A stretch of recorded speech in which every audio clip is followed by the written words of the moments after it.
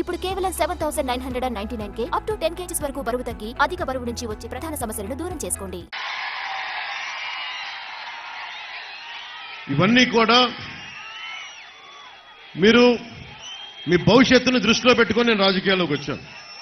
మీ భవిష్యత్తును దృష్టిలో పెట్టుకొని నేను మీకు ఒక బలమైన భవిష్యత్తు ఇవ్వడానికి నేను ముఖ్యంగా ఉభయ గోదావరి జిల్లాల్లో మనకి మోర్ దెన్ 27% కొన్ని నియోజకవర్గాల్లో నెంబర్ 1 స్థానంలో ఉండి కూడా జనసేన ఎక్కడ నెగ్గాలో కాదు ఎక్కడ తగ్గాలో తెలియాలి. ఎందుకు ఇది పెట్టుకున్నానంటే మళ్ళీ ఇంకొకసారి వైసీపీ ప్రభుత్వాన్ని మనం ఎఫోర్డ్ చేయలేం. వైసీపీ పాలన ఇంకొకసారి వస్తే సర్వనాశనం అయిపోతుంది ఆంధ్రప్రదేశ్. ఒక్కడు ఇంతమంది యువతున్నారు, పారిశ్రామిక వాడుందా, ఇక్కడ మనకు ఒక ఇండస్ట్రియల్ కారిడార్ ఉందా? మొన్న వేశారు 2003లో ఒక సంవత్సరం క్రితం అప్పుడేశారు ఒక శంకుస్థాపన రాయి. 5 సంవత్సరాలుగా గుర్తురాల. మేము ఉన్నది కూడా నేను ఎంతసేపు మీ భవిష్యత్తు ఎలా ఉండాలి. చాలా మంది ఇక్కడ యువతున్నారు, యువకులున్నారు. ముఖ్యంగా ఈ రోజున మిగతా మేడం పురంధేశ్వరి గారు మాట్లాడారు. నేను మీ భవిష్యత్తు గురించి మాట్లాడుతాను. ఈరోజు మీరందరూ 2019లో చాలా మంది మొదటి ఓటు వచ్చిన వాళ్ళు ఉన్నారు. ఇప్పుడు ఈ రోజున మీ అందరికీ 25 ఏళ్ళు వచ్చేసి ఉంటాయి దాదాపు. మీ ప్రతి ఓటు చాలా చాలా విలువైంది. మీరు ఆలోచించి ఆచితూచి ఓటేయకపోతే, ఎమోషనల్గా ఓటేస్తే, మా కులమనో మా వర్గమనో మాకెందుకో నచ్చాడనో మీరు ఆలోచించకుండా ఓటేస్తే మీ భవిష్యత్తు నాశనం అయిపోద్ది. నా బాధ, నా భయం అదే. ఆ వైసీపీ ఫ్యాన్కి సౌండ్ ఎక్కువ, గాలి తక్కువ.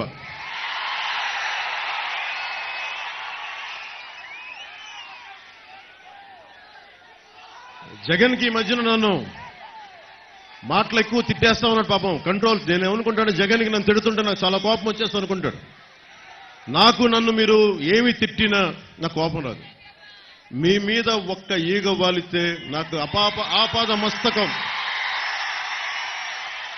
ఒక దళిత డ్రైవర్ని డోర్ డెలివరీ చేస్తే నాకు వచ్చిన కోపం చాలా చాలా ఎక్కువ.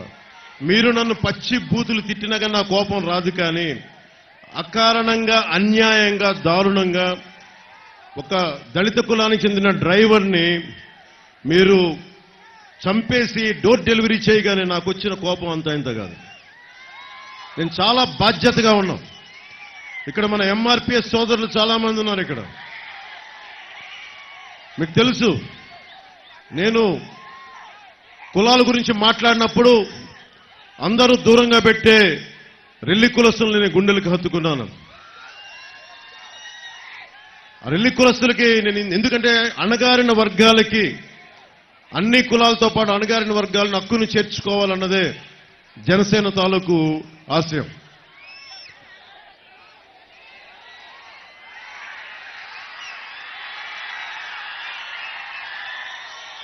రాజానగరం అనగానే నాకు వచ్చింది, నేను చూసింది, జిల్లాలోనే ఆంధ్రప్రదేశ్లోనే అతి ఎక్కువ గంజాయి వ్యాపారం, అతి పెద్ద బెట్టింగ్ ర్యాకెట్లు, 3 ఇళ్లు తీసుకొని మరి ఇక్కడ మనకి బెట్టింగ్ నడుపుతారంట.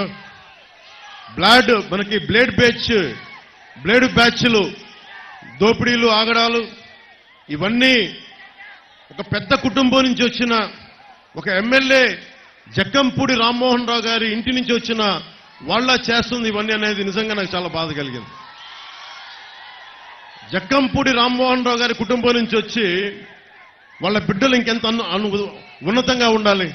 వాళ్ళు కూడా బ్లేడ్ బ్యాచ్లు మెయింటైన్ చేసి, గుండా బ్యాచ్లు మెయింటైన్ చేసి, వాళ్ళు కూడా గంజాయిని ఎంకరేజ్ చేసి, వాళ్ళు కూడా ఇసుక స్కాములు చేసి, వాళ్ళు కూడా ఆ స్థాయికి చేస్తే మనం ఎవరికి వెళ్తాం?